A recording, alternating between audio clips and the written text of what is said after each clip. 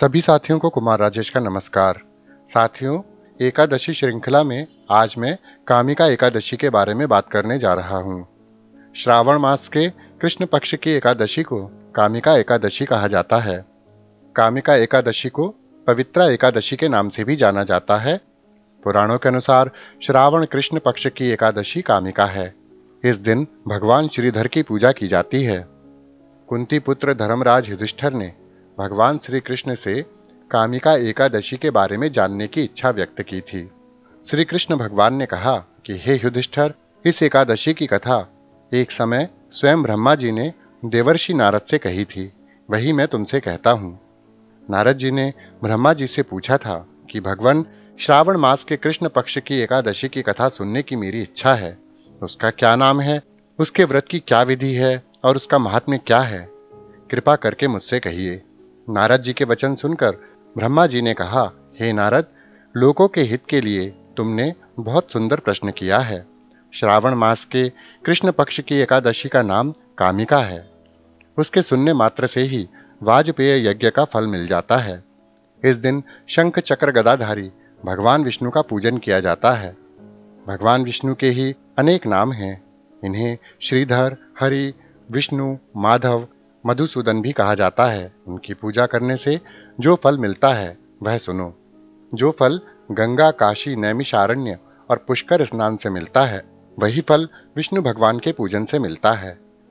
जो फल सूर्य और चंद्र ग्रहण पर कुरुक्षेत्र और काशी में स्नान करने से, समुद्र वन सहित पृथ्वी दान करने से, गोदावरी और गंडकी नदी में स्नान करने से भी नहीं मिलता, वह फल भगवान विष्णु के पूजन से मिल जाता है। कामिका एकादशी का व्रत करने वाला जीव कभी भी कुयोनि को प्राप्त नहीं करता। इस दिन भक्तिपूर्वक तुलसी दल भगवान विष्णु को अर्पित किया जाता है, जिससे समस्त पाप दूर हो जाते हैं। भगवान विष्णु रत्न, मोती, मणि तथा आभूषण आदि से इतने प्रसन्न नहीं होते जितने तुलसी दल से। तुलसी पूजन का फल 4 भार चांदी और 1 भार स्वर्ण के दान के बराबर होता है।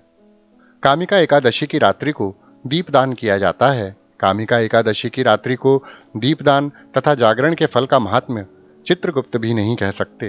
जो इस एकादशी की रात्रि को भगवान के मंदिर में दीपक जलाते हैं, उनके पितर स्वर्गलोक में अमृत पान करते हैं। इस रात्रि में जो भी घी या तेल का दीपक जलाते हैं, वे 100 करोड़ दीपकों से प्रकाशित होकर सूर्यलोक को जाते हैं। ब्रह्मा जी ने कहा कि हे नारद, ब्रह्म हत्या तथा भ्रूण हत्या आदि पापों को नष्ट करने वाली इस कामिका एकादशी का व्रत मनुष्य को यत्न के साथ करना चाहिए। कामिका एकादशी के व्रत का महात्म्य श्रद्धा से सुनने और पढ़ने वाला मनुष्य सभी पापों से मुक्त होकर विष्णु लोक को जाता है। साथियों, इस व्रत की कथा के अनुसार एक गांव में एक वीर क्षत्रिय रहता था। वह अत्यंत क्रोधी स्वभाव का था। एक दिन किसी कारणवश उसकी एक ब्राह्मण से हाथापाई हो गई। इस लड़ाई झगड़े में ब्राह्मण की मृत्यु हो गई। क्षत्रिय को अपने इस कृत्य पर बहुत पश्चाताप हुआ। अपने हाथों से मारे गए उस ब्राह्मण की तेरही उसने करनी चाहिए, किंतु पंडितों ने उसे उस मृत ब्राह्मण की किसी भी अंतिम क्रिया में उपस्थित होने से रोक दिया।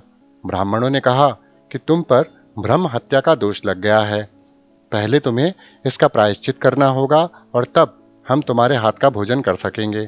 तब उस क्षत्रिय ने सभी ब्राह्मणों से निवेदन किया, कृपा करके आप ही लोग बताइए, मेरा यह पाप किस प्रकार दूर होगा। मैं अपने इस पाप का प्रायश्चित करना चाहता हूँ। इस पर ब्राह्मणों ने कहा, तुम श्रावण मास के कृष्ण पक्ष की एकादशी का व्रत करो और भगवान श्रीधर का पूजन करो तथा ब्राह्मणों को भोजन करवाओ। इससे तुम्हारे पाप का प्रायश्चित हो जाएगा। उस क्षत्रिय ने उनके कहे अनुसार भगवान श्रीधर का भक्ति भाव और शुद्ध हृदय से व्रत और पूजन किया। रात्रि में जब वह भगवान की मूर्ति के पास शयन कर रहा था, तभी भगवान ने उसे दर्शन दिए और कहा, हे क्षत्रिय, तेरा ब्रह्म हत्या का पाप नष्ट हो गया है। अब तुम उस ब्राह्मण की 13वीं कर सकते हो। तुम्हारे घर से अब सूतक भी समाप्त हो गया है। अब तुम दोष मुक्त हो। यह सुनकर वह क्षत्रिय अत्यंत प्रसन्न हुआ। उसकी आंखों से अविरल अश्रु बह रहे थे। उसने भगवान को प्रणाम किया और भगवान के कहे अनुसार सारी क्रियाएं की और ब्रह्म हत्या के पाप से दोषमुक्त हो गया और सुखी जीवन बिताकर अंत में विष्णु लोक को गया। कामिका एकादशी में साफ सफाई का विशेष ध्यान रखना होता है। व्रत रखने वाले व्यक्ति को स्नान आदि करके भगवान विष्णु की प्रतिमा को पंचामृत से स्नान कराना होता है, अर्थात भगवान का षोडशोपचार करके पूजन करना चाहिए। भगवान श्रीधर को मक्खन मिश्री और तुलसी दल अवश्य ही चढ़ाए जाने चाहिए और अंत में क्षमा याचना करते हुए भगवान को नमस्कार करना चाहिए। हो सके तो इस दिन विष्णु सहस्त्र नाम का जाप अवश्य करना चाहिए। इस दिन के व्रत में चावल व चावल से बनी किसी भी चीज के खाने के लिए मनाही है, अर्थात चावल व चावल से बने पदार्थ पूर्णतया वर्जित हैं। व्रत के दूसरे दिन चावल से बनी हुई वस्तुओं का भोग भगवान को लगाकर तत्पश्चात ही चावल की चीजें ग्रहण करनी चाहिए। व्रत के दिन फलाहार करें। फलाहार भी केवल 2 समय से अधिक ना करें। फलाहार में तुलसी दल का अवश्य ही प्रयोग करना चाहिए।